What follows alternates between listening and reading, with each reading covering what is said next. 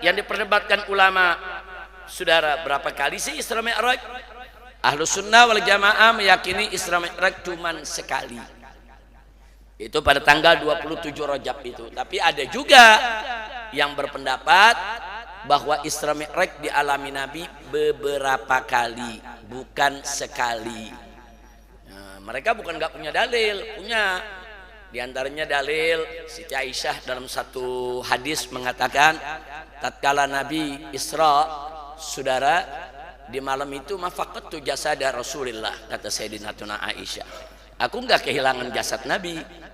Jasad Nabi ada di sampingku. Tapi malam itu Nabi Isra Mi'raj. Nah, ini diperdebatkan oleh ulama karena Sayyidatuna Aisyah itu, saudara, ketika terjadi peristiwa Isra Mi'raj belum jadi istri Nabi. Ketika terjadi Isra Mi'raj belum jadi istri Nabi. Lalu bagaimana beliau bisa bercerita Isra Mi'raj jasad Nabi ada di sampingnya? Nah, itulah dijadikan dalil oleh sementara ulama. Oh, ini mungkin Isra Mi'raj yang kedua.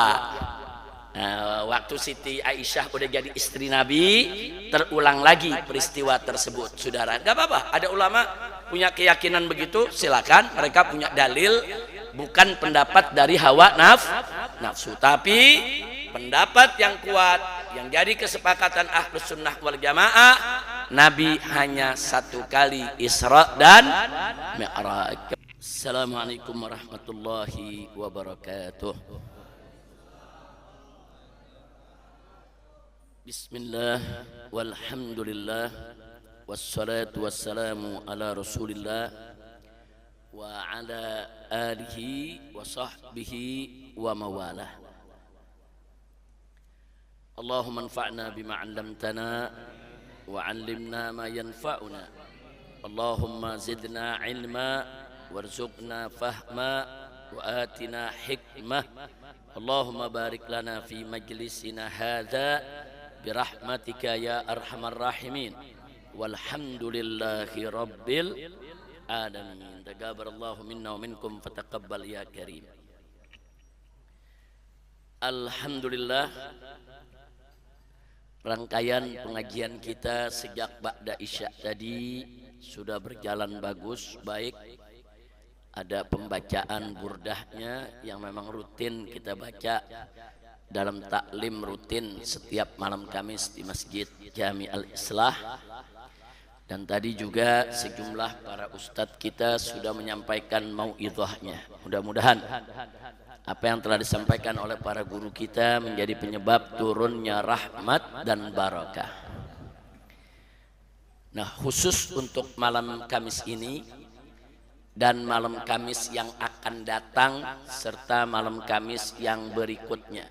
Jadi ada 3 kali pertemuan.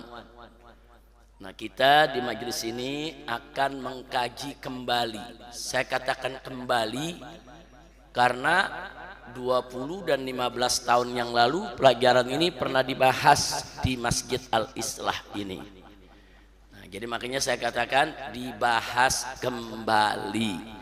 Tapi bagi mereka yang baru mengikuti 10 tahun terakhir, tentunya menjadi satu pelajaran yang baru. Mudah-mudahan manfaat untuk kita semua. Jadi kita tahu baru saja kita melalui bulan Rajab. Kita saat ini sudah masuk bulan Sya'ban. Tapi suasana peringatan Isra dan Mi'raj di berbagai daerah, saudara, masih sangat terasa luar biasa dan masih terus sampai menjelang Ramadan nanti. Nah, di majelis ini kita akan membahas tentang Isra dan Mi'raj, mulai dari pengantar peristiwanya sampai terjadi Isra-nya, kemudian terjadi Mi'rajnya, sampai respon masyarakat Mekah ketika Nabi kembali dari Isra dan Mi'raj. Pelajaran ini cukup panjang. Kalau disampaikan sekaligus bisa makan 2 sampai 3 jam. Karenanya kita bagi malam Kamis ini, malam Kamis yang berikutnya, dan yang berikutnya. Dan insya Allah untuk malam Kamis yang akan datang kita mulai dari jam 9. Nah, hari ini kita sengaja saya datang jam 10, saudara, karena memang hari ini padat betul. Dari pagi, siang, sore tadi saya ngajar, terima tamu. Jadi betul-betul padat. Tapi alhamdulillah akhirnya malam ini tetap masih bisa hadir. Alhamdulillah. Nah, yang akan datang kita usahakan jam 9 atau paling lambat setengah 10 udah bisa kita bahas supaya nanti malam Kamis yang ketiganya bisa tawakufan. Nah, jadi pelajarannya bisa lebih singkat insya Allah. Nah, baiklah ya ikhwan, untuk menyingkat waktu kita perhatikan pelajaran kita kali ini tentang hikmah Isra dan Mi'raj Nabi Muhammad sallallahu alaihi wa alihi wa sahbihi wasallam. Referensi yang kita gunakan khusus untuk cerita Isra Mi'raj secara kronologis yang paling utama, walaupun ada beberapa kitab lain, yaitu kitab Al-Isra wal Mi'raj yang dikarang oleh Imam Suyuti radhiyallahu anhu. Dan yang kedua adalah kitab Al-Isra wal Mi'raj yang ditulis oleh Al-Imam Ibn Hajar Al-Asqalani. Ini Ibn Hajar Al-Asqalani terkenal sebagai Syekhul Muhadditsin. Ini guru besarnya daripada ahli hadis. Dan yang ketiga, saudara, yaitu kitab karangan saya punya guru, kitab Al-Anwarul Bahiyah. Nah, kitab Al-Anwarul Bahiyah min Isra wa Mi'raj Khairil Bariyah. Durusun wa ibar, masyahid wa suwar. Ini taklif saya punya guru, saudara Sayyidil Imam As-Sayyid Muhammad bin Alwi Al-Maliki Al-Hasani radhiyallahu taala anhu wa an walidayh. Jadi beliau menuliskan kitab Al-Anwarul Baqiyah ini singkat, padat, ringkas, jelas. Dan semuanya bersumber dari hadis-hadis sahih ataupun hasan ataupun dhaif tapi yang makmul biha, yang diamalkan oleh para ulama, bukan hadis maudhu. Jadi nggak ada itu nanti hadis maudhu, hadis yang palsu ya ikhwan. Dan beliau Abu Said Muhammad bin Alwi Al-Maliki juga terkenal sebagai ulama hadis. Beliau punya banyak karangan tentang ilmu hadis. Jadi kalau kita membaca satu kitab karangan ulama hadis, saudara, kebiasaan ulama hadis setiap dia menguraikan sesuatu selalu ada referensinya dari kitab hadis mana yaitu beliau sampaikan. Baik, berikutnya kita perlu tahu terlebih dahulu apa makna Isra. Isra secara lughatan, secara bahasa artinya perjalanan di malam hari. Nah, dalam bahasa Arab perjalanan di malam hari itu, saudara, itu dari kata sara, Isra. Nah, sedangkan secara istilah yang dimaksud Isra oleh umat Islam sebagaimana disampaikan oleh para ulama adalah perjalanan Rasulullah sallallahu alaihi wasallam dari Al-Masjidil Haram di kota Makkah sampai ke Al-Masjidil Aqsa. Sesuai firman Allah di dalam Al-Qur'anul Karim, faqala ta'ala subhanalladzi asra bi'abdihi laila minal masjidil harami ilal masjidil aqsa alladzi barakna haulah linuriyahu min ayatina innahu huwas samiul basir. Jadi pengertian Isra sepakat ulama dalam menurut istilah adalah perjalanan Nabi dari Al-Masjidil Haram ke Al-Masjidil Aqsa. Adapun pengertian Mi'raj, nah ini macet ini. Coba mana Habib Ali? Atau kita gunakan ini aja kalau macet. Macet ini. Sudah keluar. Nah, sedangkan Mi'raj, saudara, kalau secara bahasa artinya naik, araja, naik. Atau bisa juga diartikan tangga. Nah, jadi naik atau tangga itu disebut Mi'raj. Nah, adapun secara istilah yang dimaksud Mi'raj adalah naiknya Nabi kita Muhammad sallallahu alaihi wasallam dari Al-Masjidil Aqsa di Palestina ke Sidratul Muntaha, melalui langit pertama, kedua, ketiga, keempat, lima, enam sampai ketujuh, saudara, sampai beliau ke Sidratul Muntaha. Nah, jadi itulah pengertian definisi apa yang dimaksud Isra Mi'raj. Adapun dalil Isra Mi'raj singkat saja. Yang pertama dalil Al-Qur'an. Nah, dalil Al-Qur'an tentang Isra ada di surat Al-Isra ayat pertama yang tadi kita bacakan. Itu tentang Isra-nya. Tapi tentang Mi'rajnya ada dalam surat An-Najm ayat 1 sampai 18. Jadi surat An-Najm dari ayat pertama, 2, 3 sampai ayat ke-18 itu bercerita tentang Mi'rajnya Nabi Muhammad sallallahu alaihi wasallam.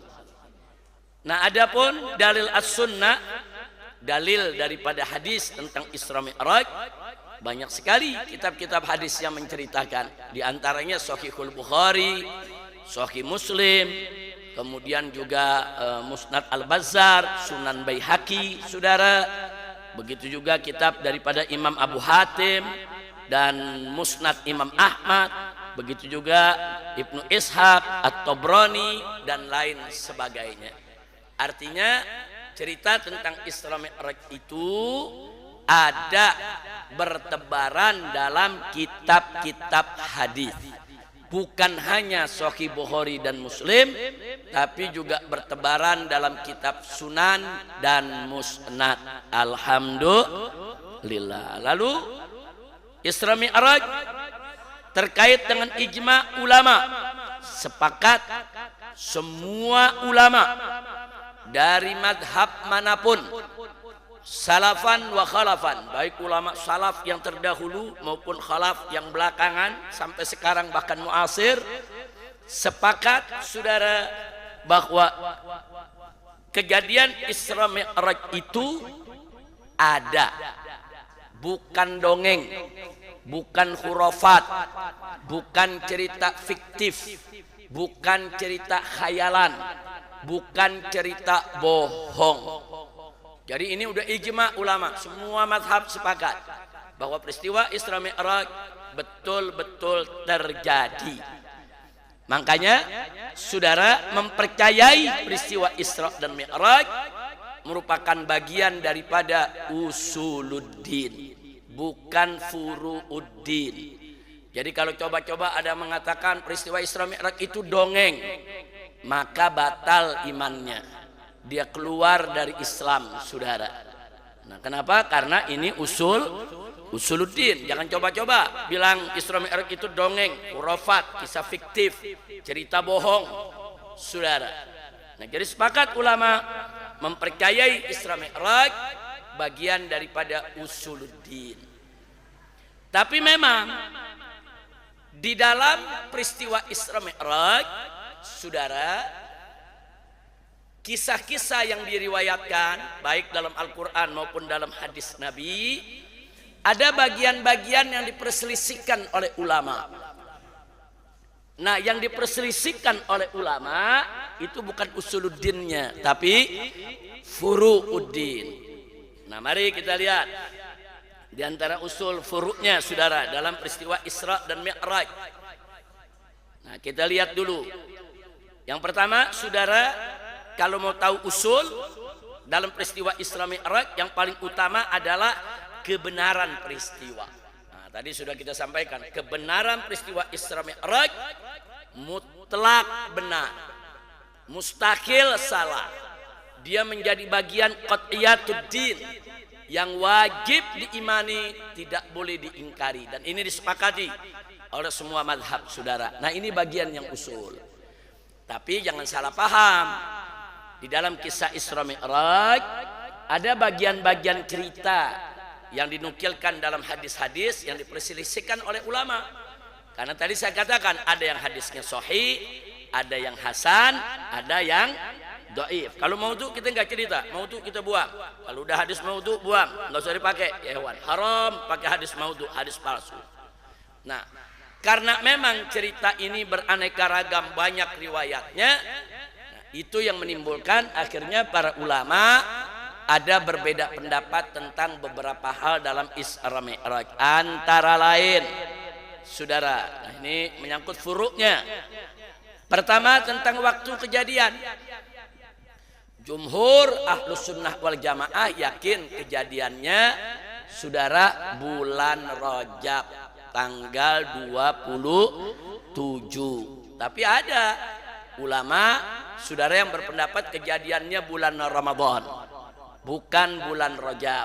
Nah, ini perbedaan begini, ini furu. Nggak apa-apa berbeda pendapat soal waktu. Yang penting peristiwanya semua sepakat ada, saudara. Nah, kemudian yang berikutnya lagi yang furu juga. Ini Isra Mi'raj ini satu peristiwa atau terpisah.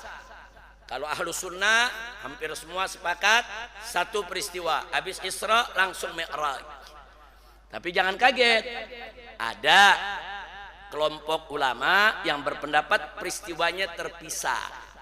Isra satu peristiwa, kemudian ada peristiwa lain yang disebut peristiwa Mi'raj, saudara. Nah, kemudian ada lagi yang jadi pertanyaan, di alam nyata atau mimpi atau keduanya. Tapi mimpi bukan sembarang mimpi, bukan mimpinya kayak mimpi kita, bukan. Karena ru'ya anbiya itu shadiqah, saudara. Nah, ini Ahlus Sunnah wal Jamaah sepakat nyata, bukan mimpi. Tapi ada aliran-aliran di luar Ahlus Sunnah yang meyakini kalau itu mimpi yang nyata, atau dengan kata lain mimpi nyata maksudnya perjalanan rohani, nah, bukan perjalanan rohani dan jasmani. Nah, tapi kalau Ahlus Sunnah meyakini perjalanannya rohani dan jasmani. Tapi saya perlu sampaikan supaya nanti kalau ketemu ulama-ulama yang mengatakan begitu jangan kaget, jangan langsung ngafirin. Oh, ini bukan Ahlus Sunnah nih, tahu kita ini bukan Ahlus Sunnah nih yang mengatakan begini. Tapi jangan dikafirin, cuman dia bukan Ahlus Sunnah. Termasuk apakah perjalanannya ruh saja atau ruh dan jasad, saudara. Ini juga ada perbedaan. Ahlus Sunnah wal Jamaah sepakat bahwa perjalanannya ruh dan jasad. Tapi ada kelompok di luar Ahlus Sunnah, seperti siapa? Mu'tazilah. Mu'tazilah punya pendapat hanya ruhnya saja. Nah, jadi jangan kita kafirkan Mu'tazilah. Nah, kita hanya katakan Mu'tazilah bukan Ahlus Sunnah. Kita nggak terima mereka punya pendapatnya, tapi jangan langsung kita kafirkan. Kenapa? Ini bagian furu, bukan bagian usuluddin. Kecuali kalau mereka mengatakan nggak ada tuh peristiwa Isra Mi'raj, mimpi, khayalan, cerita bohong, dusta, itu kafir. Nah, kalau itu mutlak kita kafirin, saudara. Nah, tapi kalau furu-furu begini nggak usah ribut, saudara. Di Indonesia ini ada kok yang ngaku Ahlus Sunnah tapi pakai pendapat Mu'tazilah, ada. Kalau ditanya dia Ahlus Sunnah, tapi kalau ditanya bagaimana Isra Mi'rajnya Nabi, dia bilang ya cuma ruhnya saja. Berarti dia pakai pendapat siapa tuh? Mu'tazilah, saudara. Nah, jadi jangan sembarangan ngafirin orang. Terus ada lagi, saudara, yang diperdebatkan ulama, saudara, berapa kali sih Isra Mi'raj? Ahlus Sunnah wal Jamaah meyakini Isra Mi'raj cuma sekali. Itu pada tanggal 27 Rajab itu. Tapi ada juga yang berpendapat bahwa Isra Mi'raj dialami Nabi beberapa kali, bukan sekali. Nah, mereka bukan nggak punya dalil, punya.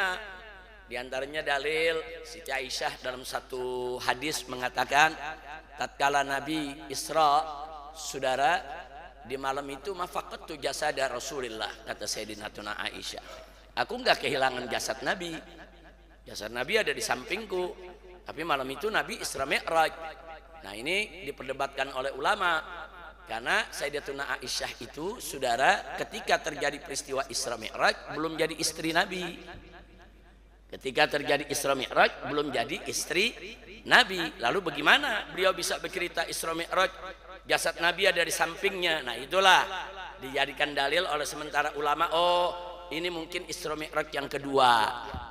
Nah, waktu Siti Aisyah udah jadi istri Nabi, terulang lagi peristiwa tersebut, saudara. Gak apa-apa, ada ulama punya keyakinan begitu, silakan. Mereka punya dalil, bukan pendapat dari hawa nafsu, tapi pendapat yang kuat, yang jadi kesepakatan Ahlus Sunnah wal Jamaah, Nabi hanya satu kali Isra dan Mi'raj. Kemudian berikutnya, saudara, waktu Nabi Isra Mi'raj dibelah dadanya atau tidak? Ini juga diperdebatkan ulama. Jadi Ahlus Sunnah mengatakan dibedah sebelum Isra Mi'raj. Tapi sebagian ulama mengatakan enggak, Nabi dibedahnya udah dari kecil. Nah, waktu di Halimatus Sa'diyah dipelihara, bukan lagi mau Isra Mi'raj. Nah, tapi Ahlus Sunnah mengatakan enggak, memang Nabi dibedah itu 4 kali. Nah, bukan hanya masa kecil, tapi termasuk juga pada saat Isra dan Mi'raj. Nanti kita lihat pendapat Ahlus Sunnah. Nah, kemudian yang berikutnya, pada saat Mi'raj kita punya Nabi, Nabi melihat Allah atau tidak? Nah, ini ulama berbeda pendapat. Ada mengatakan Nabi melihat Allah, ada mengatakan Nabi enggak melihat Allah, ada juga yang mengatakan Nabi melihat Allah dengan mata hatinya, ada juga yang mengatakan dengan mata kepalanya. Nah, kalau yang begitu tuh ulama berbeda pendapat, saudara. Nah, tapi kalau Ahlus Sunnah meyakini bahwa Nabi melihat Allah. Jangan tanya kaifiyah, jangan tanya bagaimana lihatnya, bagaimana caranya, bukan urusan kita. Allah Maha mampu memberikan kekuatan kepada Nabi alaihi salatu wassalam untuk melihat Allah baik dengan mata kepala maupun dengan mata hati. Kita nggak usah cerita kaifiyahnya, itu semua serahkan kepada Allah. Kita nggak bicara hakikatnya, kita cuma bicara yakin bahwa Nabi melihat Allah, selesai, saudara. Nah, ini yang diperdebatkan. Jadi kalau nanti ada yang bilang, oh Nabi nggak melihat Allah, jangan langsung dikafirin. Ini perbedaan-perbedaan furu dalam kisah Isra dan Mi'raj. Nah, kayak tadi tuh, melihat Allah baik, Nabi melihat Allah, tapi dengan mata apa nih? Mata kepala atau mata hati? Nah, ini juga ulama berbeda pendapat, saudara. Nah, yang berikutnya lagi, saudara, perintah sholat. Nah, kalau kita lihat dalam hadis-hadis sahih, perintah sholat itu memang Nabi diperintahkan dari 50 menjadi 5. Dari 50 sholat menjadi 5 sholat. Nah, bahkan ini boleh dikatakan Ahlus Sunnah sepakat itu cerita, saudara. Tapi ada di luar Ahlus Sunnah protes itu. Seperti kalangan Syiah. Kalangan Syiah nggak terima. Nah, kalangan Syiah mengatakan ini cerita bohong. Ini cerita nggak masuk di akal, kata mereka. Mana ada cerita tawar-menawar sholat dari 50 jadi 5. Nah, kalangan Syiah di sini banyak pakai logika. Nah, sedangkan Ahlus Sunnah wal Jamaah nggak bisa sembarangan kita pakai logika. Kalau dalilnya ada, kalau ceritanya benar, kalau kisahnya memang disampaikan oleh orang-orang yang bisa dipercaya, kita imani, kita terima. Soal kenapa 50 jadi 5 itu persoalan lain. Nanti bisa kita urai dengan logika dan dengan ilmu kita. Nah, itu prinsip Ahlus Sunnah, perhatikan. Nah, jadi kalau ada yang nggak percaya begitu, jangan langsung dikafirkan. Hak dia ya ikhwan, dia nggak percaya, saudara. Nah, tapi kalau Ahlus Sunnah percaya, yakin. Nah, baik. Nah, terus yang berikutnya lagi, saudara, ada juga yang berpendapat Isra usulnya, Mi'raj furu'nya, saudara. Nah, jadi ini kalau Ahlus Sunnah bilang enggak, Isra Mi'raj meyakini kebenaran peristiwanya adalah usuluddin. Tapi ada bagian-bagian yang memang merupakan furu'uddin. Nah, inilah tentang usul dan furu' dalam Isra dan Mi'raj. Nah, sekarang saya ingatkan, saya ulangi usul Ahlus Sunnah dalam Isra Mi'raj. Nah, ini kalau dikatakan usul Ahlus Sunnah sepakat nih. Ini termasuk ciri Ahlus Sunnah.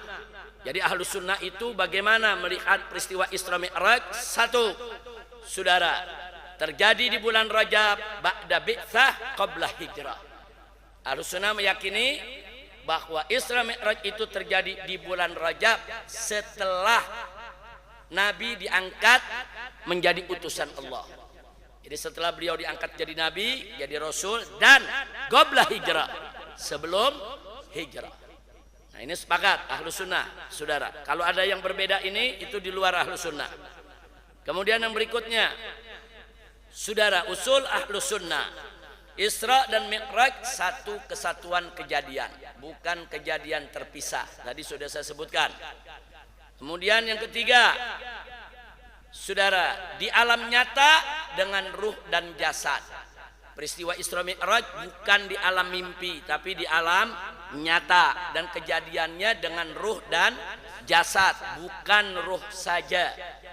Ini usul Ahlus Sunnah. Nah, kemudian yang berikutnya, hanya satu kali, tidak berulang beberapa kali.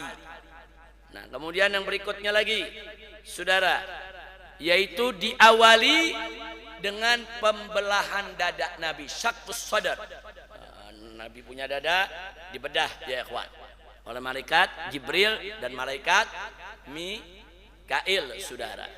Baik, kemudian yang berikutnya lagi, saudara, yaitu yang keenam, Nabi melihat Allah subhanahu wa ta'ala. Ini usul Ahlus Sunnah. Ahlus Sunnah semua sepakat. Cuman Ahlus Sunnah nggak bicara kaifiyah, nggak bicara tempat, saudara, nggak bicara ruang dan sudut, enggak. Nabi melihat Allah. Bagaimana caranya, itu urusan Allah ya ikhwan. Allah maha mampu. Allah bisa membuat hambanya siapa saja dengan izin Allah subhanahu wa ta'ala untuk melihat Allah, baik lihat dengan mata kepala maupun mata hati. Nah, kemudian yang berikutnya lagi, saudara, perintah sholat dari 50 menjadi 5. Perintah sholat dari 50 menjadi 5. Ini usul Ahlus Sunnah wal Jamaah. Nah, sekarang bagaimana menghadapi kritik Syiah, saudara, yang mengatakan ini nggak masuk di akal, masa tawar menawar 50 jadi 5, saudara? Jawabnya yang pertama, karena ini nakli, ini ada riwayat hadis sahihnya, saudara, maka terima dulu pakai iman, jangan pakai logika.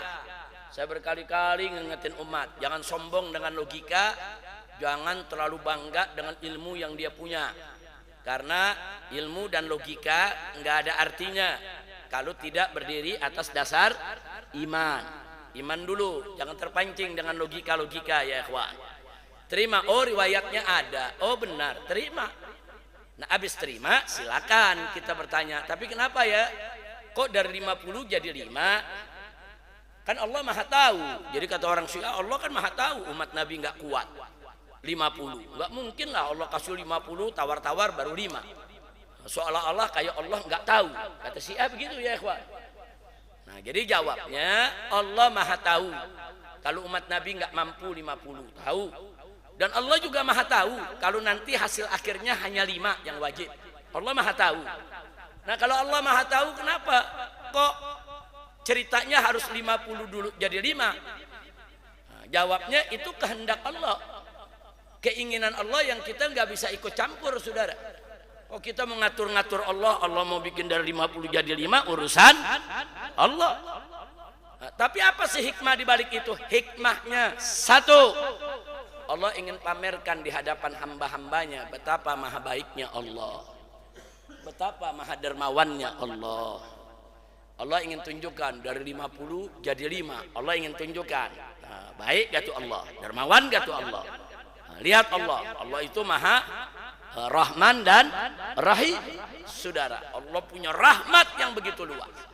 Jadi 50 jadi 5, Allah ingin memamerkan rahmatnya, Allah ingin memamerkan kasih sayangnya. Biasa dalam Al-Quran Allah sering memamerkan kekuasaannya. Siapa yang menciptakan langit, siapa yang menciptakan bumi, siapa ini, siapa itu. Allah tanya bukan untuk kita jawab, Allah menunjukkan bahwa semua yang melakukannya adalah Allah. Nah, sekarang saya mau tanya, kalau Allah mau pamer kebaikannya boleh gak? Boleh. Salah satu nama Allah Al-Mutakabbir, saudara. Allah suka pamerin tuh. Nih lihat kekuasaanku, kebesaranku, keagunganku, kemuliaanku. Nah, itu satu.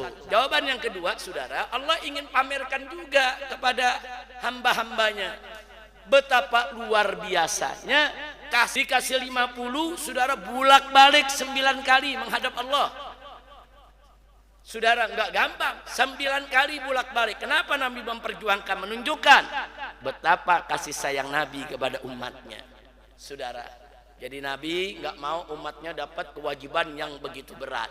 Nah sekarang saya tanya, jadi kalau Allah mau pamer dari 50 ke 5, pamer kebaikannya, masuk akal tidak? Masuk. Kalau Allah ingin pamerkan kasih sayang Nabi kepada umatnya, masuk akal tidak? Yang berikutnya, yang ketiga, saudara, dengan adanya 50 menjadi 5, saudara, untuk menumbuhkan rasa syukur di hati hamba-hambanya, saudara, supaya kita ini bersyukur. Alhamdulillah untung 5.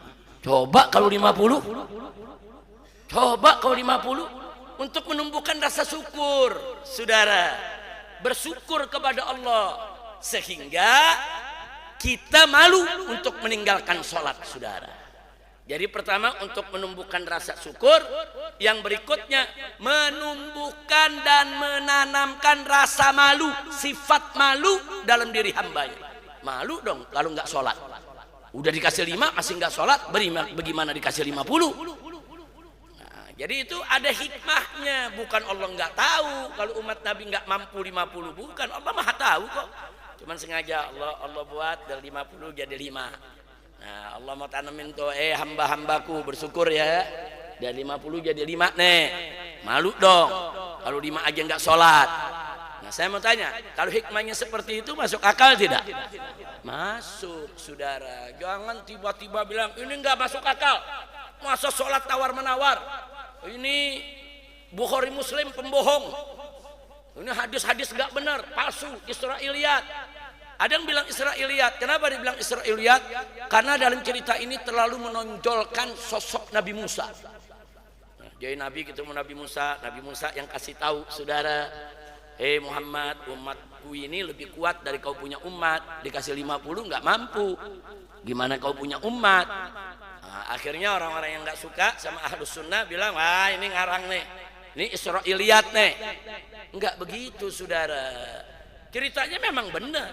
Nabi dapat saran dari Nabi Musa, saudara. Apa berarti Nabi nggak tahu kalau umatnya nggak kuat? Tahu. Cuman kan Nabi saat itu, saudara, belum ada putusan minta kurang boleh apa enggak. Nabi nggak tahu boleh gak nih minta kurang.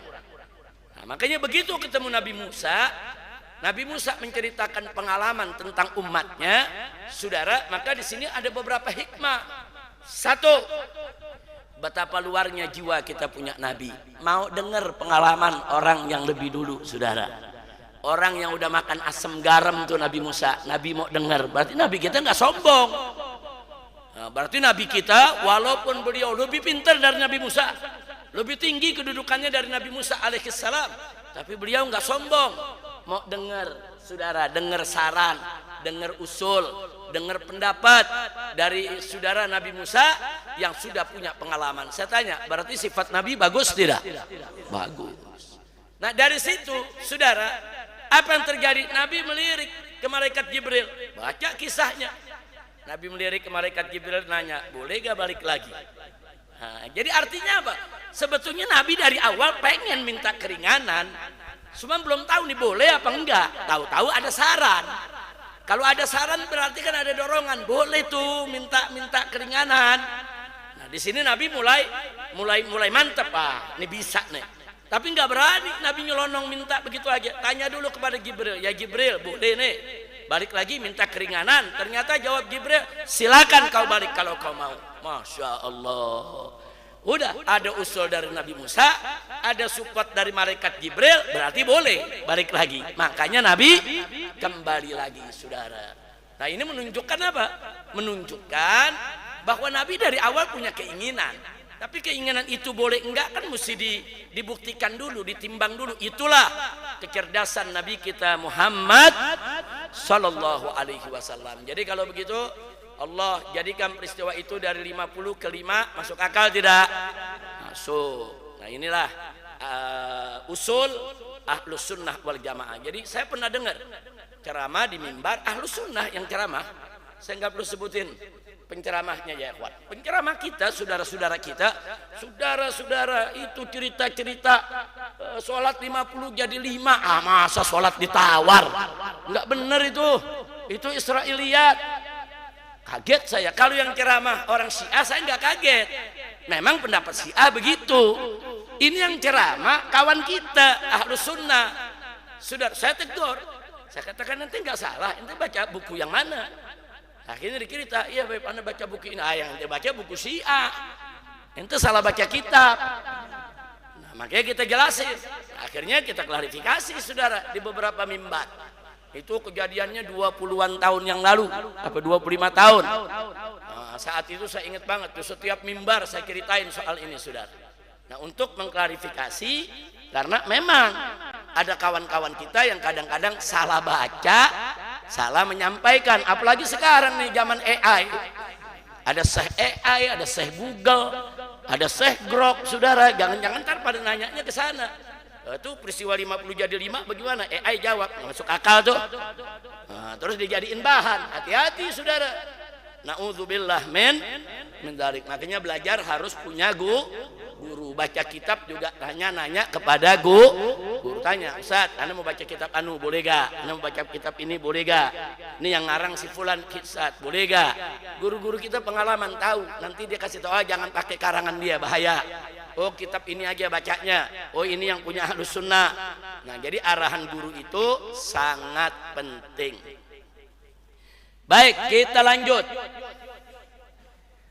Dalil Isra Mi'raj dalam mimpi. Nah, tadi kan kita bilang ada tuh kelompok di luar Ahlus Sunnah, dia mengatakan kalau Isra Mi'raj itu dalam mimpi.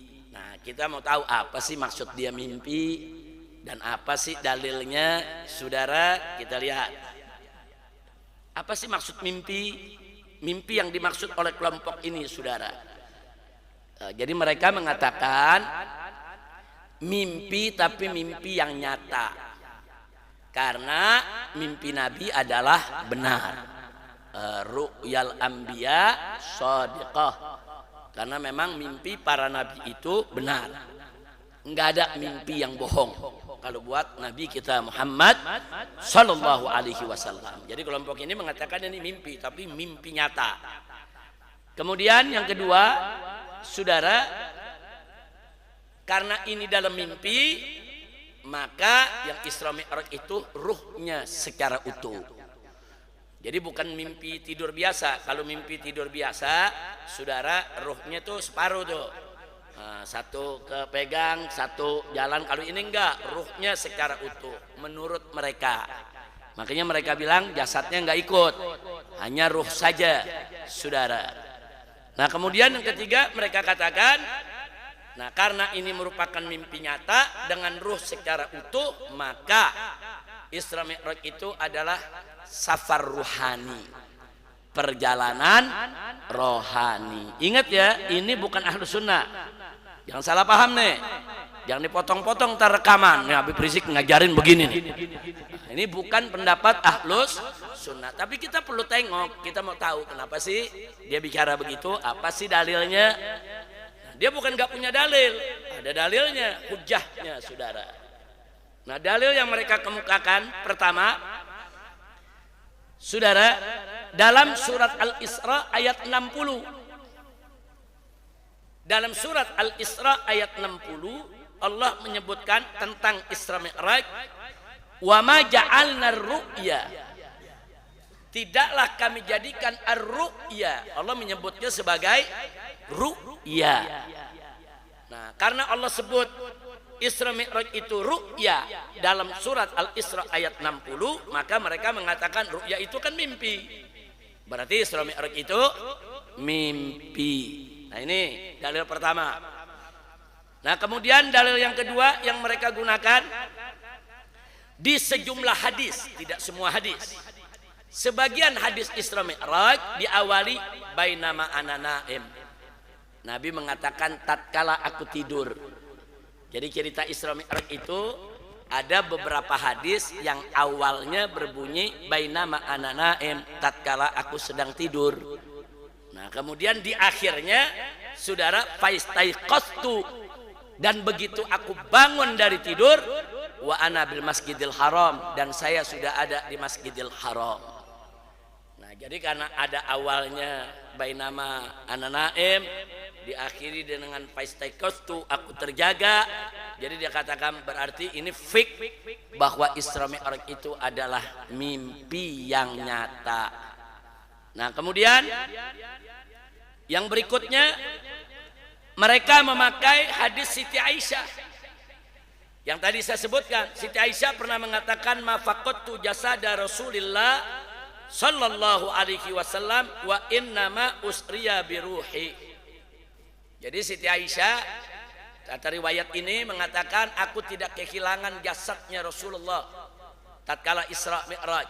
Sesungguhnya innama usriya biruhi, sesungguhnya beliau itu diisrakan dengan ruhnya. Nah, inilah 3 dalil yang dijadikan argumen landasan oleh mereka yang mengatakan Isra Mi'raj hanya mimpi. Ingat, ini bukan pendapat Ahlus Sunnah. Nah, sekarang bagaimana pendapat Ahlus Sunnah dan bagaimana Ahlus Sunnah menjawab nih dalil mereka? Mereka kan punya dalil nih 3. Nah, kalau Ahlus Sunnah punya pendapat berbeda, apa dalilnya? Dan apa pula sikap Ahlus Sunnah terhadap dalil yang mengatakan mimpi, saudara? Nah, mari kita lihat. Nah, dalil Isra Mi'raj bukan mimpi. Ini dalilnya Ahlus Sunnah. Saudara, yang pertama, saudara, kata Asra di awal surat Al-Isra.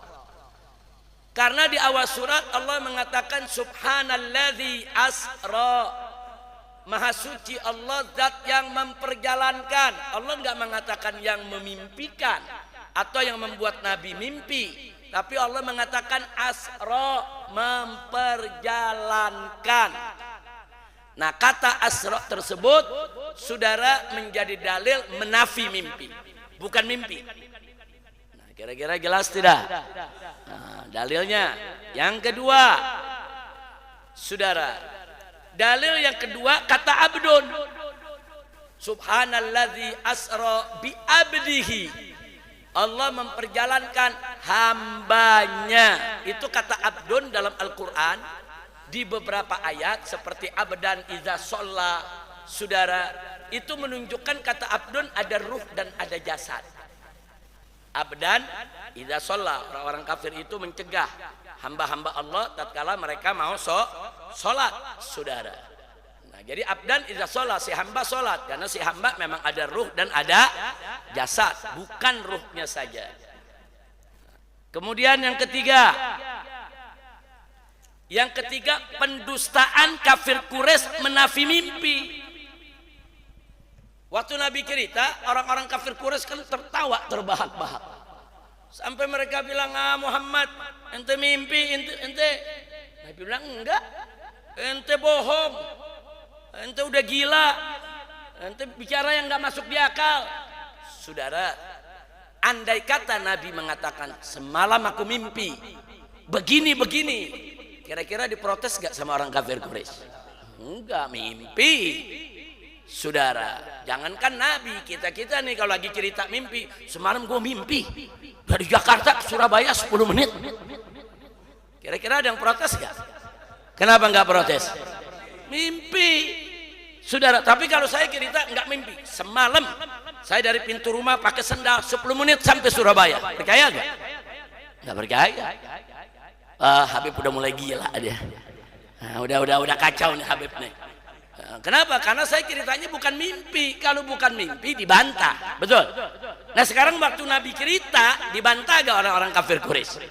Dibantah sampai Nabi dikatakan gila. Anta majnun ya Muhammad, kau gila, saudara. Nah, jadi bantahan orang-orang kafir Quraisy terhadap cerita Isra Mi'raj Nabi menunjukkan kalau Nabi tidak cerita mimpi. Kira-kira jelas gak? Paham ya? Baik. Nah, terus bagaimana dalil yang tadi tuh yang dipakai sama kelompok bilang mimpi?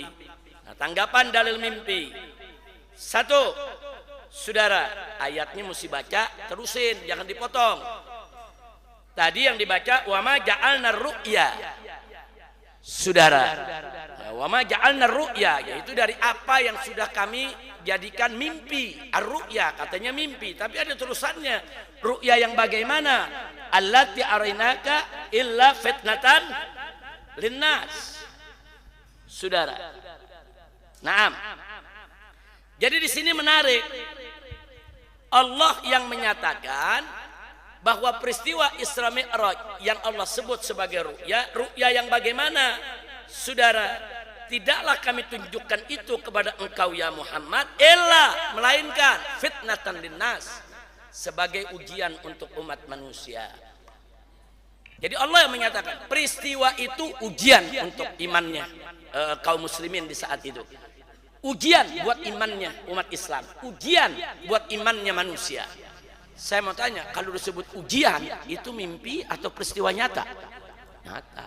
Kalau mimpi ada ujian? Nggak ada. Nah, jadi baca ayatnya yang lengkap, jangan dipotong suman wama ja'alnar ru'ya, jangan, ada tulisannya. Jadi Allah mengatakan itu peristiwa Isra Mi'raj memang ru'ya yang kami tunjukkan kepada Muhammad sebagai fitnatan linnas. Kalau mimpi nggak jadi fitnah.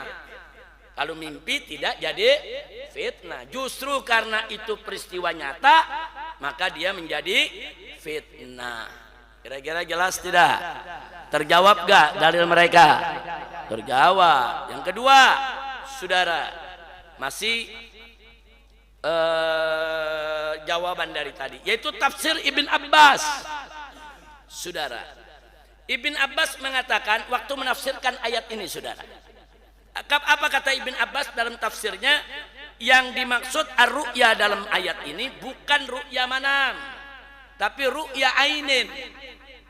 Bukan ru'ya mimpi, ru'ya manam, yaitu penglihatan di waktu tidur, bukan, tapi ru'ya ainin, penglihatan dengan mata kepala di alam nyata.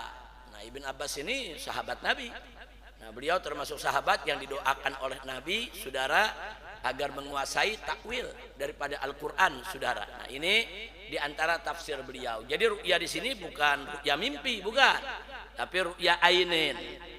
Nah, kemudian yang berikutnya, yang ketiga, riwayat lain. Tadi kan ada sebagian hadis mengatakan bainama ana naim, tatkala aku tidur. Ya kan ada hadis lain yang menceritakan Nabi nggak tidur.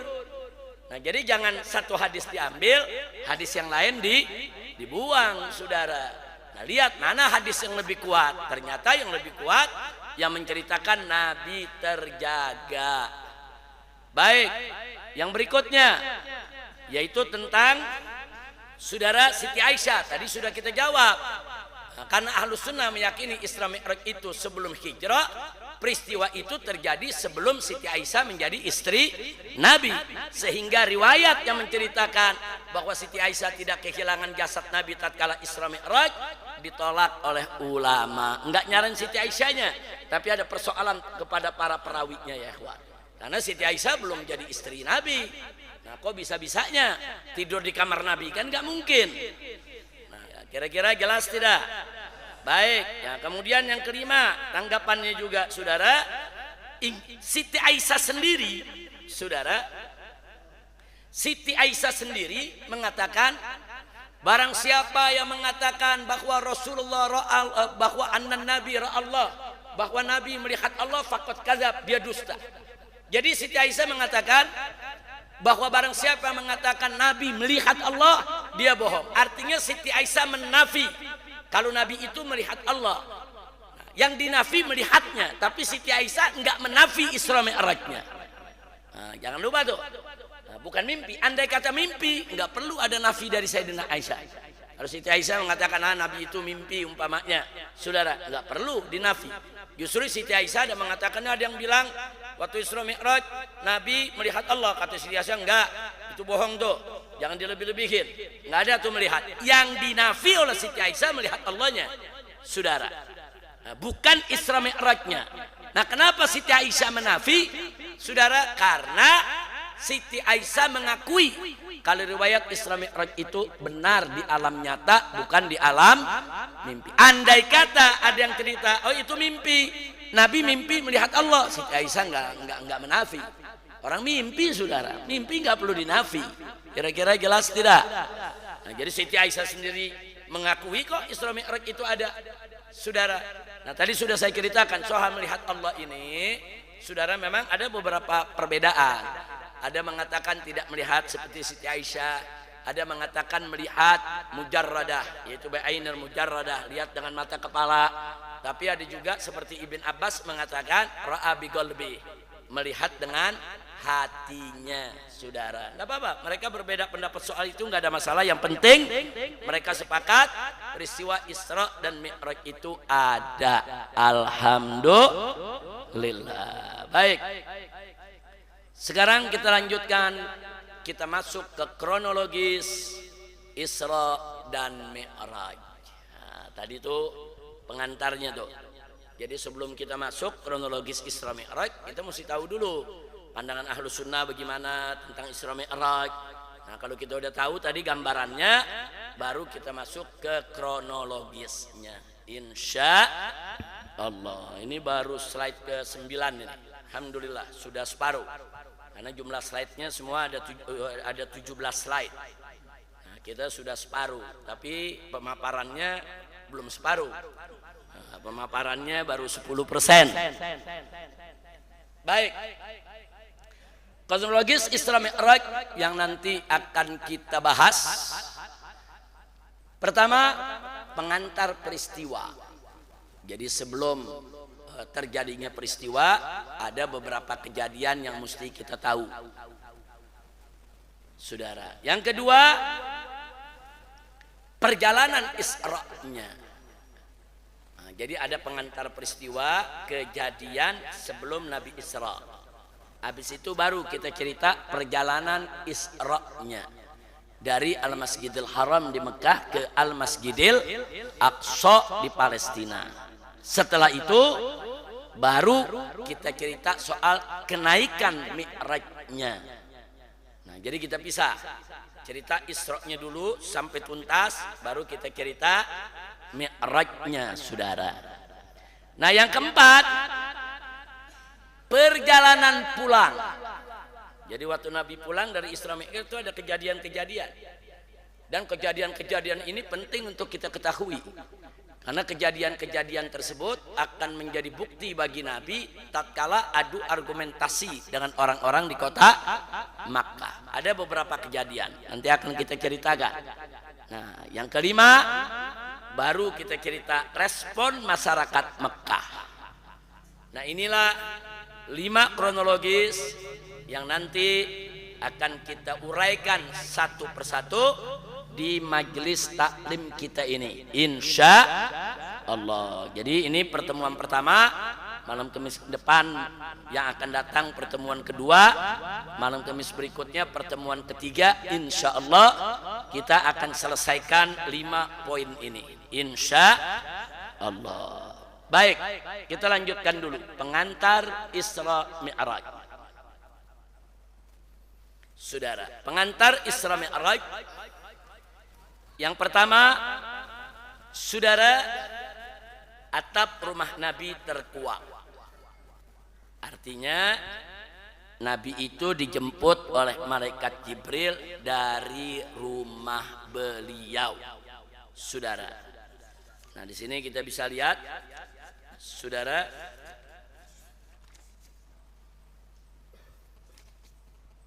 dari kitab Anwarul Bahiyah, saudara.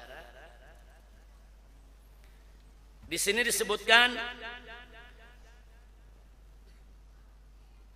qala radhiyallahu ta'ala anhu wa anna jami'an wa qad kana al-isra min al-masjidil harami ba'da an ja'ahu Jibril alaihi salam ila al-baitil ladzi kana fihi wa akhrajahu ila al-masjidil harami ila al-hijri.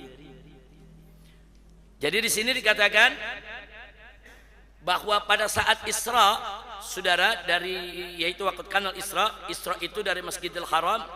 Kejadian Isra itu ba'da, setelah anja'ahu Jibril, setelah malaikat Jibril alaihi salam mendatangi Nabi. Kemana? Ilal baitil ladzi kana fihi, ke rumah di mana Nabi ada di dalamnya. Wa akhrajahu, dan kemudian Nabi dikeluarkan dari rumah tersebut oleh malaikat Jibril, dibawa ke Al-Masjidil Haram. Lalu di Masjidil Haram di mana diletakkan? Ilal hijri, di hijir Ismail. Jadi kalau kita lihat ada Ka'bah, kotak. Nah itu di depan sebelah sini ada pintu Ka'bah. Nah sebelahnya lagi itu ada yang setengah lingkaran. Nah setengah lingkaran itu disebut Hijr Ismail. Hijr Ismail itu termasuk dalam Ka'bah.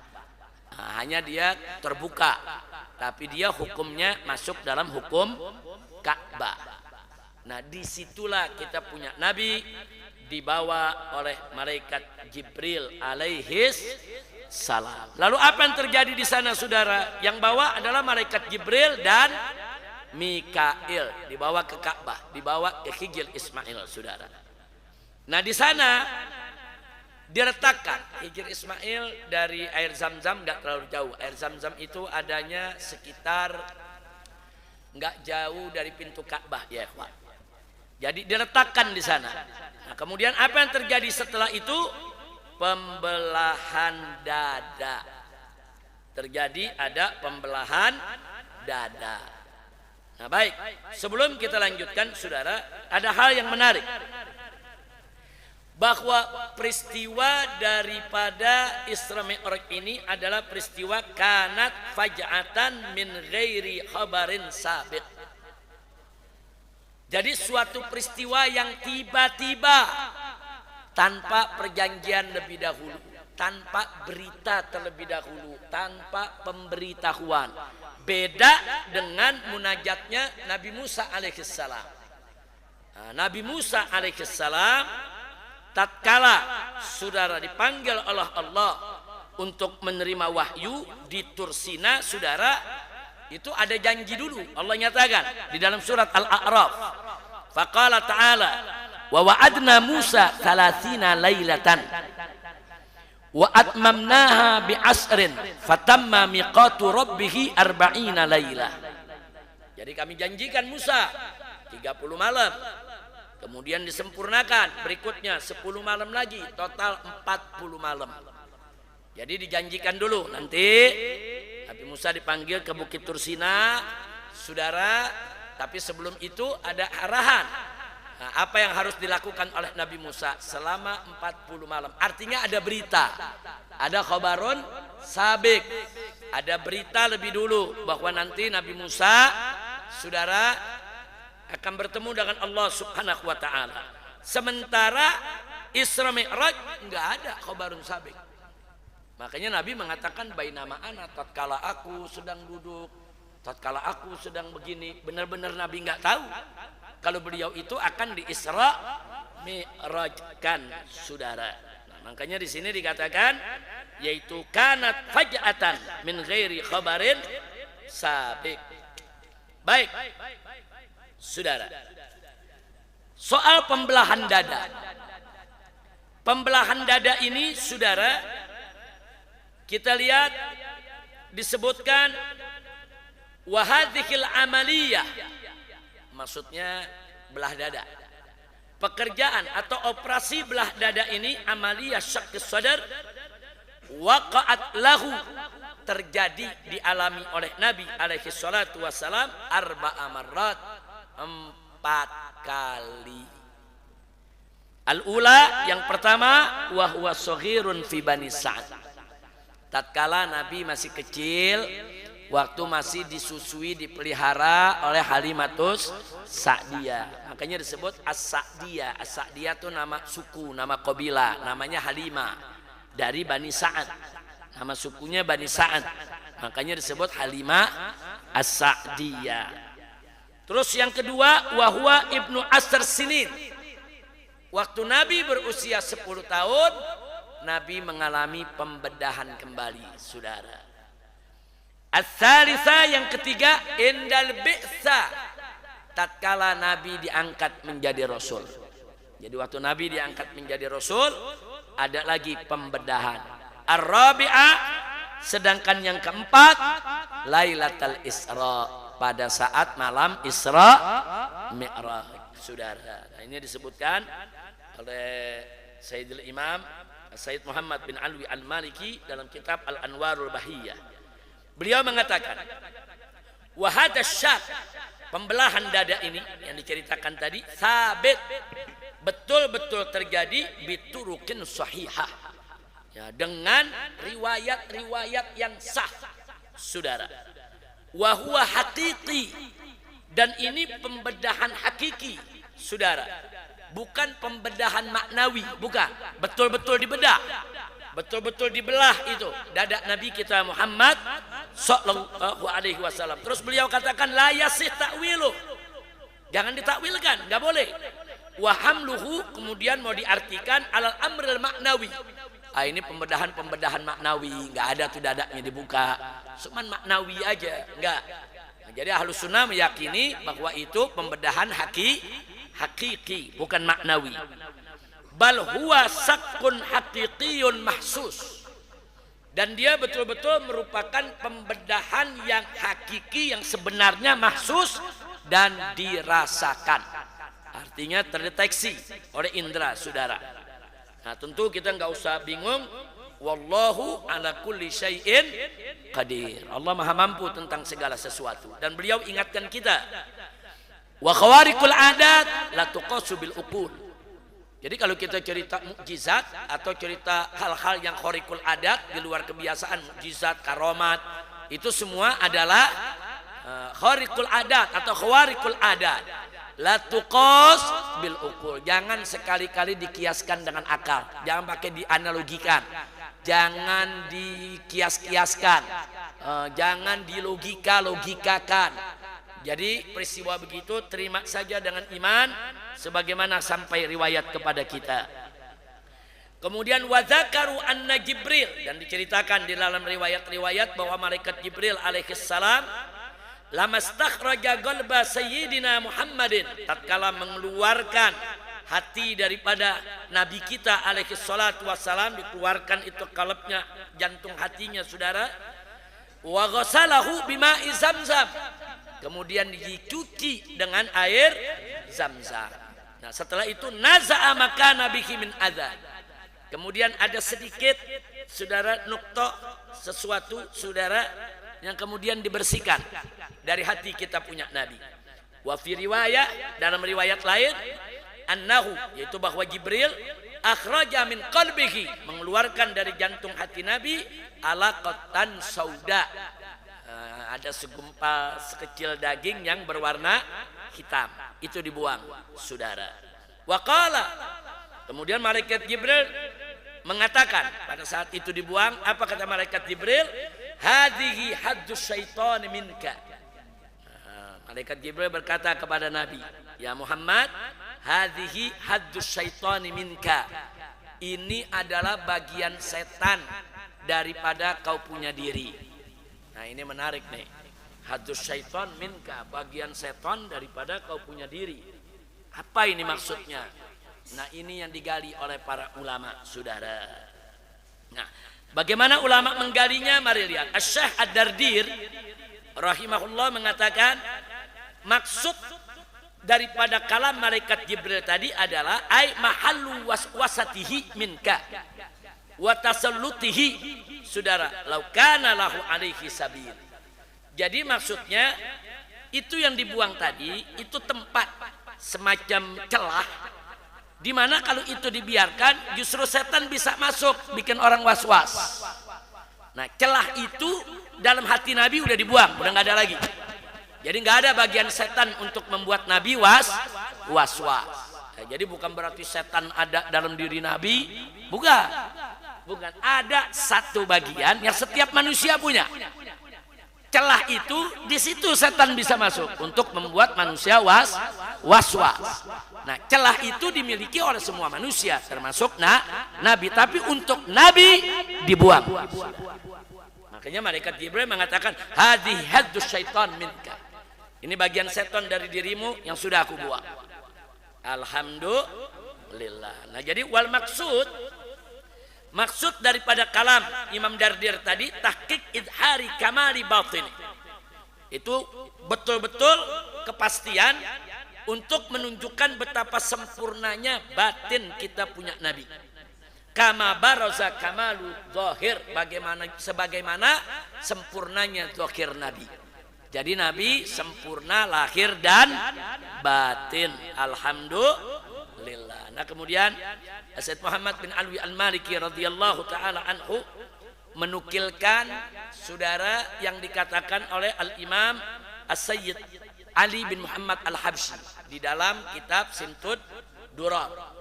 Dalam kitab Simtud Duror, Maulid, saudara, Maulid Simtud Duror, di sana ada dikatakan bunyi syairnya begini baitnya. Wa ma akhrajal amlaku min qalbihi adha walakinnahu zaduhu tuhran ala tuhrin. Beliau katakan, tidaklah malaikat itu mengeluarkan kotoran daripada hati Nabi. Hati Nabi nggak ada kotoran, nggak ada tuh dikeluarkan kotoran. Akan tetapi walakinnahum, akan tetapi malaikat tadi yang ditugaskan oleh Allah, zaduhu tuhran ala tuhrin, menambahkan hati Nabi dari yang suci menjadi lebih suci, suci di atas suci, saudara. Nah, kemudian ada yang menarik, kata Said Muhammad, wa waqa'a fi qalbi ma'nan akhar. Jadi setelah aku renungkan hadis ini, peristiwanya, saudara, maka di hatiku ada terbersit makna yang lain. Nah, beliau mencoba untuk memaknai ini. Apa beliau katakan? Anna qalba sayyidina Muhammadin sallallahu alaihi wasallam. Sesungguhnya hati kita punya Nabi alaihi salatu wasallam mamluun birrahmah, penuh dengan rahmat. Jantung hati Nabi penuh dengan rahmat. Bal huwa mamba'uha wa asluha. Bahkan hati Nabi itu sumbernya rahmat, saudara. Jadi sumbernya rahmat itu memang ada di jantung hati Nabi, karena Allah mengatakan wa ma arsalnaka illa rahmatan lil alamin.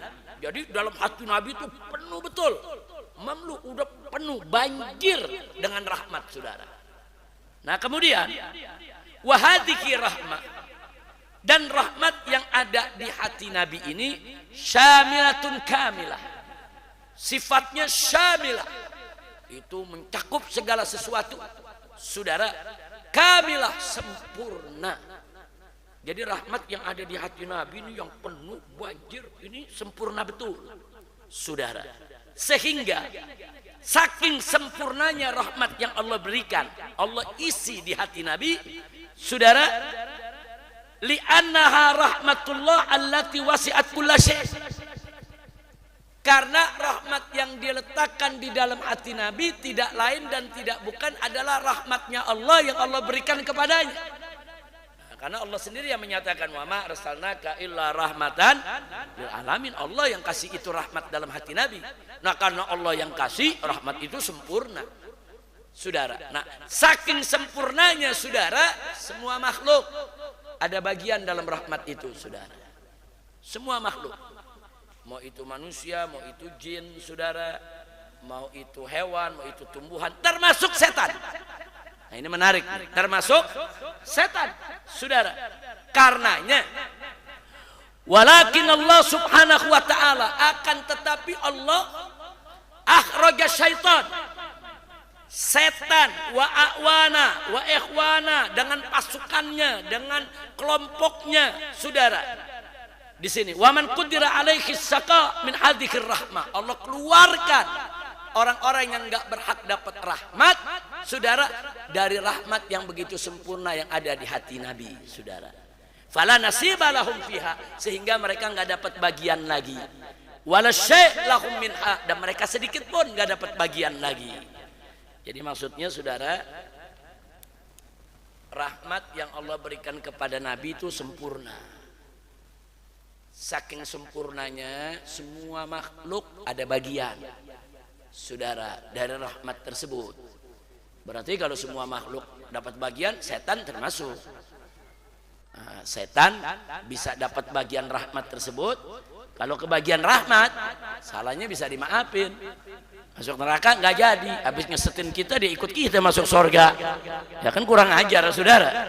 Nah, Allah nggak kasih, saudara, nggak boleh setan dapat bagian dari rahmat yang begitu sempurna tadi. Setan nggak boleh dapat bagian, itu tadi dibuang, saudara. Nah, itu pengertian yang dipahami oleh pengarang kitab As-Sayyid Muhammad bin Alwi Al-Maliki. Jadi dia katakan wa yakunul makna hina idzin, kalau begitu makna dari kalimat hadhihi hadus syaitan minka, ini adalah bagian setan daripada dirimu ya Muhammad. Maknanya annahum, bahwa para malaikat akhraju, mengeluarkan min qalbihi syarif, dari hati Nabi yang mulia, haddus syaitan, bagian setan, min rahmatihi, dari rahmat yang ada dalam jantung hati Nabi. Fala haddus syaitan, dan mulai saat itu setan udah nggak ada bagian. Fala haddul syaitan, nggak ada sedikit pun bagian untuk setan fi hadhir rahmah, di dalam rahmat yang ada dalam jiwa hati Nabi kita Muhammad sallallahu alaihi wasallam. Kira-kira jelas tidak? Paham? Yang jelas nggak ada kotoran dalam hati Nabi, nggak ada. Jangan ada cerita Nabi dibelah karena ada kotor, kotornya dibuang. Nggak ada kotor. Kita boleh artikan satu, sebagaimana tadi diartikan oleh Imam Dardir atau diartikan oleh Shahib Simtud Duror. Imam Dardir mengatakan ada celah yang dimiliki oleh setiap manusia. Di celah itu was-was bisa masuk. Nah, celah itu yang dibuang, sehingga Nabi seumur hidup tidak akan pernah lagi was-was, saudara, karena was-was itu kan bisa merusak, udah terbentengi. Yang kedua, saudara, bahwa yang dibuang itu, saudara, bukan dibuang kotoran, tapi ditambah suci di atas suci. Yang ketiga, itulah pemahaman saya punya guru tadi, saudara, bahwa rahmat yang ada di hati Nabi begitu luas, begitu luar biasa, saudara. Nah, di sana ada bagian setan juga. Nah, akhirnya bagian setan dibuang. Makanya malaikat Jibril mengatakan hadhihi haddus syaitan, ini bagian setan minka yang ada di dalam dirimu, dibuang, sehingga setan nggak bisa lagi dapat rahmat dari kita punya Nabi. Nah, termasuk tidak dapat syafaat Nabi. Kira-kira jelas tidak? Paham? Alhamdulillah. Nah, kemudian pengisian ilmu dan hikmah. Nah, jadi ada di riwayat bagaimana setelah dibelah jantung hati Nabi dibuka dan dimasukkan ilmu dan hikmah, saudara. Nah, maka itu kita punya Nabi alaihi salatu wassalam, saudara, bukan sekedar fatona, pinter dan cerdas, tapi memang beliau menguasai, saudara, apa saja ilmu dan hikmah yang diberikan oleh Allah subhanahu wa ta'ala. Nah, kemudian yang keenam, stempel kenabian. Nah, jadi setelah beliau itu selesai dibedah, saudara, ada stempel kenabian. Nah, stempelnya berupa apa? Tiap nabi itu ada stempelnya. Rata-rata para nabi itu ada stempel berupa titik hitam seperti tai lalat ya, ikhwan. Ada biasanya di tangan kanan. Semua nabi. Ada biasanya di tangan kanan, saudara. Ada tai lalat hitam. Tapi khusus kita punya nabi, tai lalat itu di antara dua pundaknya, dua punggungnya. Nah, tapi tidak terlalu ke tengah, agak ke kiri. Ya, kalau kayak kita kayak tai lalat, tompel kecil ya, ikhwan. Dan ada sedikit bulunya, saudara. Nah, itu memang sebagian ulama mengatakan tanda itu udah ada dari waktu masih kecil, saudara. Sempurnanya tatkala Nabi dibedah di malam hendak Isra dan Mi'raj. Nah, sekarang ada yang bertanya, apa sih hikmah daripada tanda kenabian tersebut, saudara? Nah, ada jawaban yang sangat menarik, saudara. Di sini dikatakan, saudara, wal hikmatu, dan hikmah fi wad'i khatimin nubuwah, diletakkannya daripada stempel kenabian, saudara, untuk nabi kita, annahu lama muli'a qalbuhu imanan wa hikmatan wa yaqinan, tatkala hati nabi, jantung hatinya, dirinya, jiwanya sudah dipenuhi dengan iman, hikmah dan keyakinan, hutima alaihi, maka dikhatam, distempel, saudara. Seperti apa?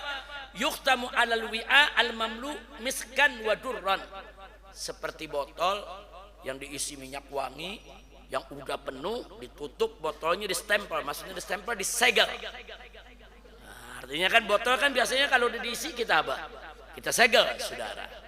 Nah, untuk apa itu semua? Fajama Allah Ta'ala ajza'an nubuwah, maka Allah kumpulkan semua bagian kenabian untuk Nabi kita Muhammad sallallahu alaihi wasallam wa khatama alaihi bi khatmih.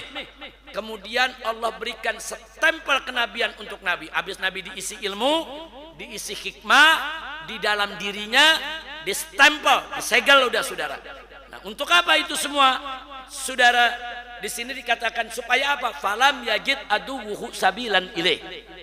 Sehingga tidak ada seorang pun dari musuh Nabi termasuk setan dan lain sebagainya yang punya jalan saudara untuk merusak apa yang sudah ada dalam jiwa Nabi. Nggak ada yang punya kemampuan untuk membuat Nabi stres, membuat Nabi lelah di dalam berjuang, untuk membuat Nabi putus asa. Nggak ada. Kenapa? Karena jiwa Nabi sudah dipenuhi hikmah dan ilmu saudara. Jadi udah nggak ada tuh cerita putus asa, stres, kapok, jemu, nggak ada. Nggak ada musuh bisa nakut-nakuti Nabi lagi saudara. Nah, jadi kenapa? Karena memang sudah distempel, jadi nggak ada jalan saudara. Min ajli dzalikal khatib. Jadi lantaran ada stempel tadi saudara, nggak ada lagi jalan orang yang bisa masuk merusak daripada isi jiwa Nabi yang sudah penuh ilmu dan hikmah. Kenapa? Li'anna syai'al makhtum mahruz.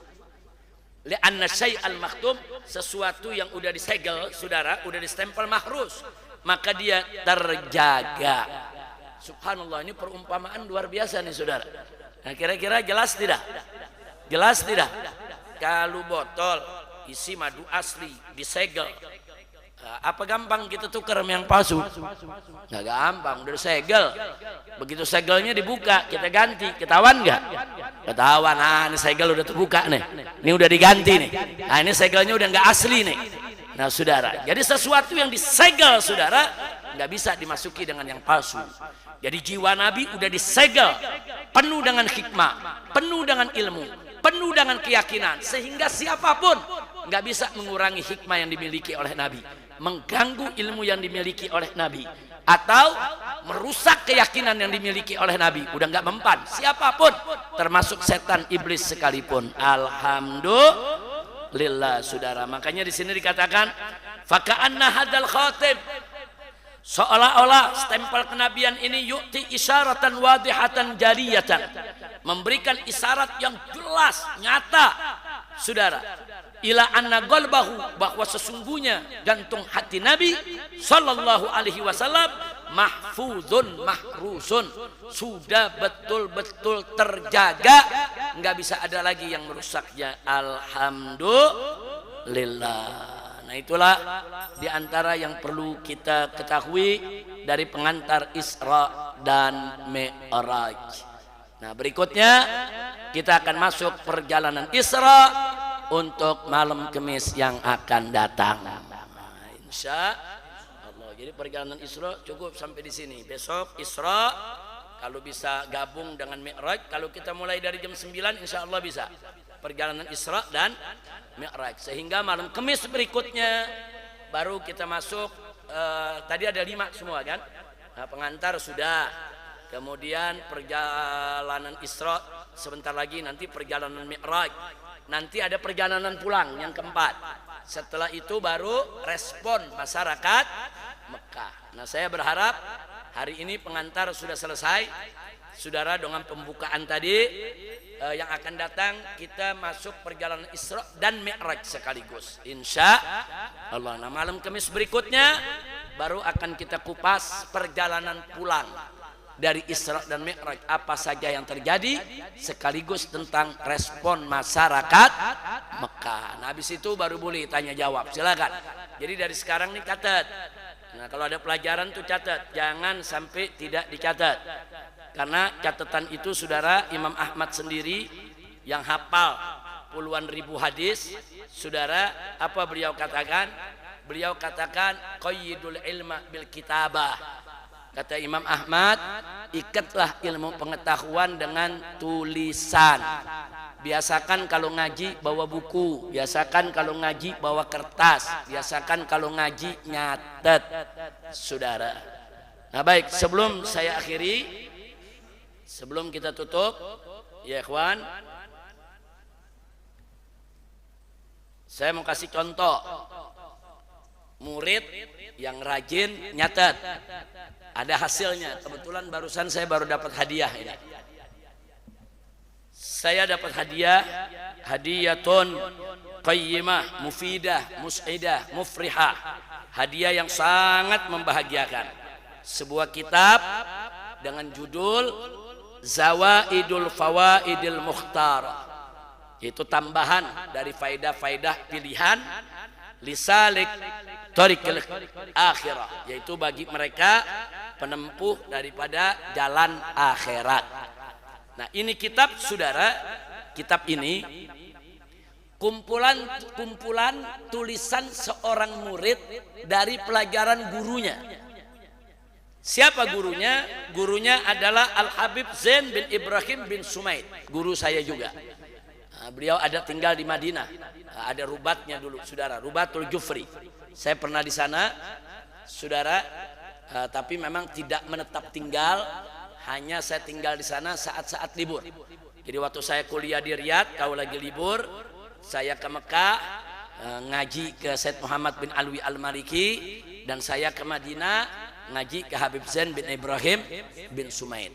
Nah, ini salah satu murid beliau, yaitu Habib Ali bin Hasan Baharun dari Dalwa. Dalwa, Darul Lughah wa Dakwah di Jawa Timur, saudara. Nah, beliau belajar ke Habib Zain, rajin nyatet. Jadi kalau lagi belajar baca kitab, yang namanya guru tuh kalau lagi ngajar, Habib Zain lagi ngajar fikih atau lagi ngajar tafsir atau hadis atau lainnya. Kadang-kadang guru kalau ngajar suka ada kata-kata hikmah yang keluar, ya kawan. Ada hikmah yang keluar yang beliau ambil mungkin dari ayat Quran yang mana, ada yang keluar dari hadis yang mana, ada yang keluar dari ulama-ulama salaf yang beliau ingat, bahkan dari pemikiran beliau sendiri. Nah, ini muridnya nih yang namanya Habib Ali bin Hasan Baharun, rajin. Jadi sambil belajar buka kitab, tapi kalau ada hal baru aja. Nah, ini gurunya nyebut nih, di kitab nggak ada, catat. Wah, ini gurunya ngasih tahu nih, di kitab nggak ketemu, catat, saudara. Terus dikumpulin, jadi kitab, saudara. Murid yang seperti ini, saudara, sangat bagus dan sangat baik. Dan saya sudah dapat beberapa catatan dari beliau, bukan kitab ini saja, ada beberapa kitab yang lain, luar biasa. Tulisan Habib Ali bin Hasan Baharun ini sangat bagus. Beliau banyak menukilkan, saudara, dalil-dalil dari berbagai macam persoalan. Saya baca kitabnya, tulisannya sangat bagus, betul-betul merupakan representatif daripada pemikiran Ahlus Sunnah wal Jamaah. Nah, jadi ini salah satu buku, saudara. Jadi kalau murid yang bagus begitu, dia kalau ngaji, oh ada kitabnya, yang di kitab dia nggak perlu catat, memang sudah ada di kitab. Kadang-kadang guru keluar penjelasan yang nggak ada di kitab, ya kawan. Kadang-kadang keluar kata-kata mutiara hikmah yang nggak ada di kitab, ya kawan. Nah, di situ dituntut seorang murid itu catat, oh Ustadz ngomong begini, oh Ustadz ngomong begini, oh Ustadz ngomong begini, kumpulkan catatannya, saudara. Nah, kalau ada yang seperti itu, saudara, insya Allah, saudara, dia akan mendapatkan banyak catatan pengetahuan dari guru-gurunya. Karena seorang guru kalau ngajar, ya ikhwan, itu kadang-kadang banyak keluar dari ilmu yang kita nggak ketemu di sekolah, kita nggak ketemu di kelas, kita nggak ketemu di kurikulum. Saudara, sayang sekali kalau apa yang mereka ucapkan kita tidak catat, ya ikhwan. Nah, karena itu ini pelajaran buat kita. Saya apresiasi luar biasa kitab Zawaidul Fawaidil Mukhtar. Jadi dengan kitab ini saya jadi ingat, oh iya, dulu Habib Zain pernah ngajar begini, Habib Zain pernah ngajar begitu. Dulu saya nggak nyatat seperti ini, saya nyatat perihal yang lain, saya catat yaitu bidang lain. Tapi ini yang dicatat bukan sekedar hukumnya aja, tapi kalimat-kalimat mutiara dari ajaran Habib Zain semua dimasukkan dalam kitab ini. Terima kasih kepada Habib Ali bin Hasan Baharun, hafizahullahu taala wa ra'ah, famatanallahu bituli hayatih wa nafa'ana bi ulumi fid dini wad dunya wal akhirah. Jadi kalau antum yang bisa baca bahasa Arab perlu punya nih. Nah, ini perlu punya, silakan miliki kitab ini. Ada juga Fawaidul Mukhtar untuk Habib Salim Syatiri.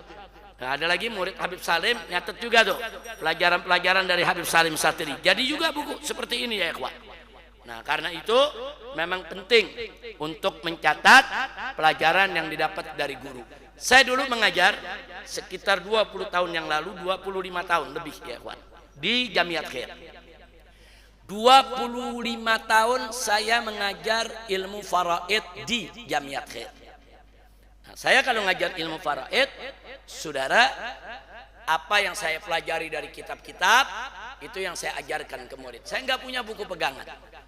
Jadi apa yang ada di kepala nih saya ajarkan murid. Karena kita udah ngajar setahun, 2 tahun, 3 tahun, karena udah biasa, udah lama.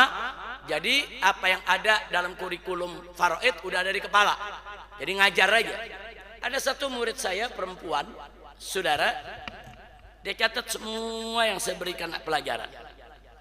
Dia catat rapi, saudara. Selama 1 tahun saya ngajar. Karena memang faraid 2 semester.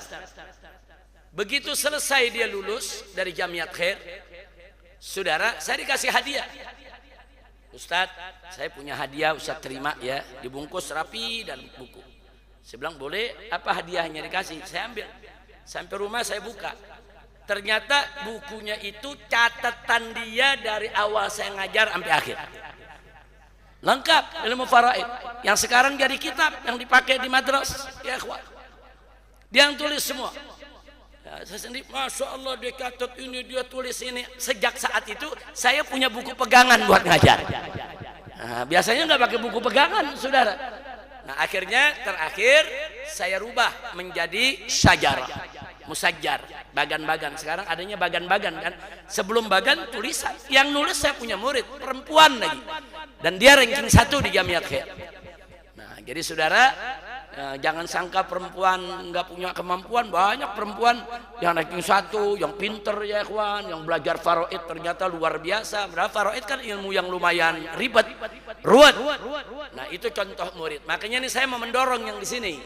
Ke depan setelah kita tutup pengajian nanti, habis lebaran kita buka lagi, biasakan bawa catatan. Catatan Anda akan sangat berguna buat diri Anda, buat anak Anda, buat keluarga Anda, buat kalau Anda nanti punya murid, saudara, sangat berguna. Insya Allah. Nah ini contoh nih. Nah, jadi dicatat jadi kitab. Saudara catat jadi kitab. Banyak ustadz-ustadz yang begitu banyak, dia catat semua omongan gurunya. Jadi kitab ya kawan. Dan begitu habis dia catat, dia cari. Oh dulu gurunya ngomong begini, ini kayaknya berkenaan dengan ayat Quran, dicari, oh benar ada ayatnya. Oh gurunya ngomong begini, oh benar ada hadisnya. Nah, waktu dia belajar, dia nggak dapat hadisnya, dia cari. Oh dulu gurunya bicara hadis ini, cari, oh ternyata ada sumbernya. Oh ini nggak ada di Quran, ini nggak ada di hadis. Dari mana nih gurunya? Oh ternyata ada tabiin yang bicara begini. Ditemukan. Nah di buku ini dijelaskan satu persatu. Ini ada di sini, ini ada di sini, ini ada di sini. Alhamdulillah, ini luar biasa. Habib Ali bin Hasan Baharun, mudah-mudahan beliau panjang umur, bisa terus produktif untuk mengarang kitab-kitab yang berguna. Itu saja yang bisa saya sampaikan. Akhirnya kita minta kepada Kiai Haji Nurzaini Suwanda untuk menutup pengajian ini sekaligus doa penutup. Silakan Kiai.